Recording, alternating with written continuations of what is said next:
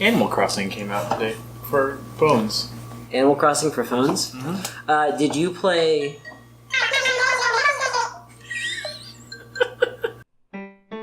When everybody hates it, we think it's okay. When everybody likes it, we gotta complain. We're quite contrary.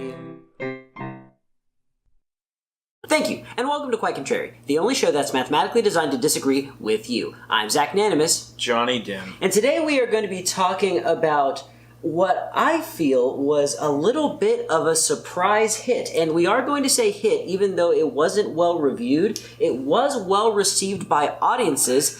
We're talking about Justice League! Correct. This is Justice League shirt. Shut up, they know. Can we talk about how big a cop-out it is that the E is the Batarang? No. This one is the only one that doesn't work.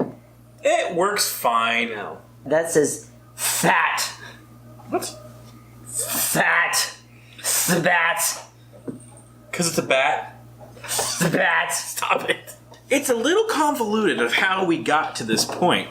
Because we have to do a positive Quite Contrary on this movie. Because it was so poorly reviewed. It was like we should do a review of how they reviewed the movie. Yeah. Because it was just piss poor. Yeah, it was about 35 for critics and in the 90s for audiences. Right. And so to reconcile the two ideas, we decided that we'd average the two, and we came up with about a 65. So because there are so many negative reviews about this movie, because we're Quite Contrary, we gotta do something different. So here's what rocks about it. Number one, the soundtrack and the tone.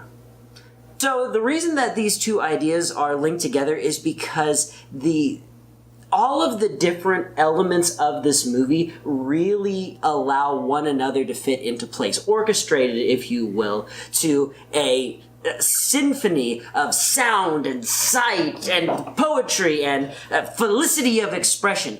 I really do like this movie. And the soundtrack does so much to drive it home, even from the first moments of the movie. It's really masterful, and what I would add to that is that it adds a twang of familiarity. You know, you hear some stuff you've heard before from Danny Elfman or whatever. I noticed it most from one of the Batman scenes when they start bringing back those tones, those I don't know even what instruments those are. Or those like with Danny Elfman, you're hearing a lot of of French sort. horn, Yeah. and you're hearing a lot of flute, actually. Right.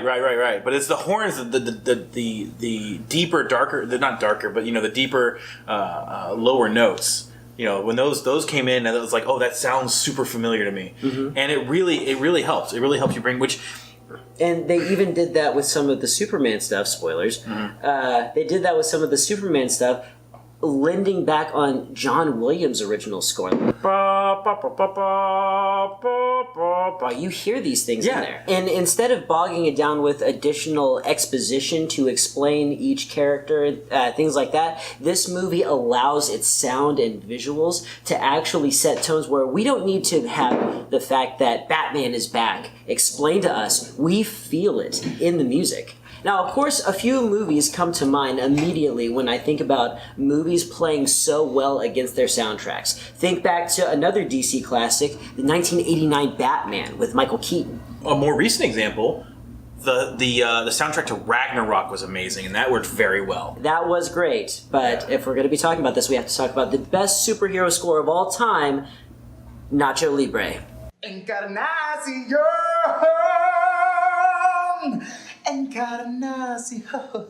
Number two! Funny, but not too funny.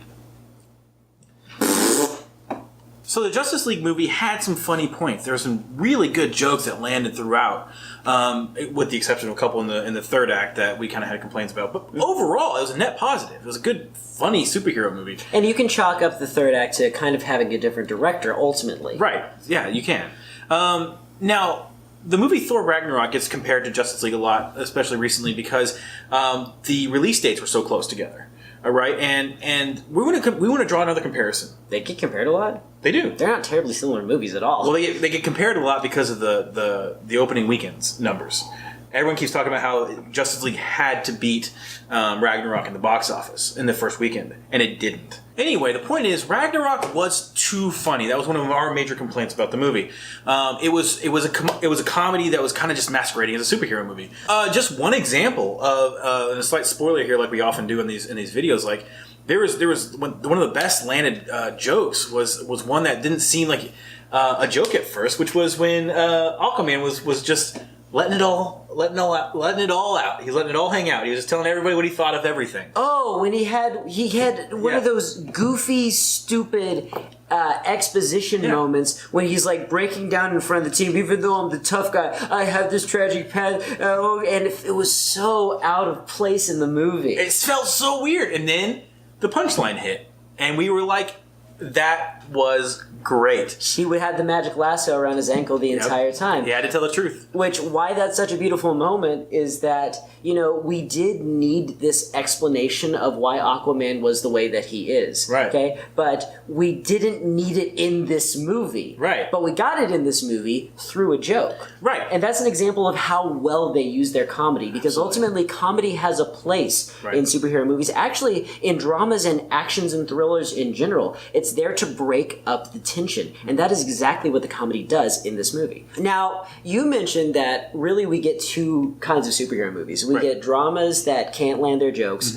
or we get Thor Ragnarok. Sure. Comedies masquerading as superhero movies. But you're forgetting the third kind of comedy. Well, what's that? The unintentional comedy. Like your student film. What are you talking about? Roll the tape! I am born. My soul floats upon the seas of refuse of this doomed world. My wings are tainted by the putrid gases of pouring out of the mouths of evil men in robes bleached by a black sun. I am a victim of the highest order, a failed assistant, a passenger, an observer. I observe you. I can see your crimes. I know your transgressions. I cry for you. Oh shit! God, what are you... Number 3. Commitment to the moment. Now, I would love for a debate to start on Reddit or the comments about this one, or I know that sometimes you spark lively debate on our Facebook page. I would say that this is probably the most comic book movie that we've seen in recent years. Lots of people are going to say that, Batman hit the perfect tone, or X-Men had the political and social intrigue. This movie... Both of those are true, but they're not comic book movies. Exactly. Yeah. This movie is the all-singing, all-dancing comic book movie that really embraces its universe. Just so we're clear, the last time I think that happened was actually in Watchmen, because that was a shot for shot. Probably, but the thing is that Watchmen is self-contained. Yeah. For people who read comic books, especially DC Marvel comic books, you know that each one of them, pretty much every single story has to deal with some crazy, far-flung, outer space, extra-dimensional, mystical mumbo-jumbo, because they have almost a century worth of backlog of stories that they have to account for. And most movies will have one singular idea and kind of cut everything else out. That's really popular with Batman because it's hard to reconcile things like Apocalypse and Batman. True. But this one doesn't shy away from it even a little bit. The Themyscirans, the Atlanteans, the Apocalypse, everybody is in play, right? The Kryptonians, everything is in play, going insane at all times, and I absolutely love it. Every single second of this movie is dripping with that same crushing tension of a universe about to burst with conflict, and every single shot is a panel from a comic book. I don't care that Batman's cape is CG as all get out. Okay? It looks great. Yes. It looks like it's flapping still in the breeze of a painted Gotham City. Yes. I think the real takeaway from this is that other comic book movies would do themselves a service by also embracing their universes and the comic books that made them famous. I mean, the X-Men should fight the Skrull every once in a while. That's a good point. Deadpool should return to his hard roots, where he's less funny and he actually just does killings. Yeah, more of an assassin for hire. Right. And the Teenage Mutant Ninja Turtles should disembowel more people. Come back, conquered!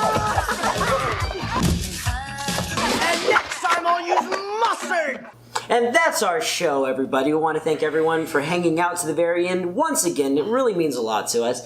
Johnny? Zach, we've gone like 10 episodes without mentioning our Patreon. It exists? Yeah, it's still there. I didn't know that. It's a thing. People can choose to pay for this? We do lots of cool things over at Patreon, and what I'd like to remind everybody is that every single dollar that we get from Patreon every month goes directly back into the show, making the best product we possibly can for you. In fact, I'd like to talk about two of our sponsors right now. First off, Camp Gladiator. Camp Gladiator is an excellent way to get in shape and get electrolytes. And also, don't forget the Acadiana Humane Society. Buy.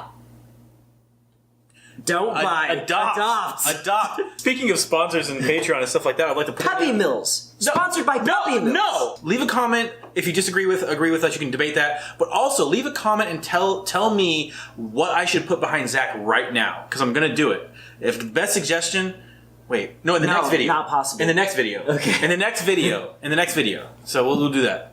I've got some in the can that haven't been edited yet, so... Quite Contrary reserves the right to not use any of your ideas in case they're gross. And on that note, I would like to end our show the way we end all shows, eating gummy snacks in silence.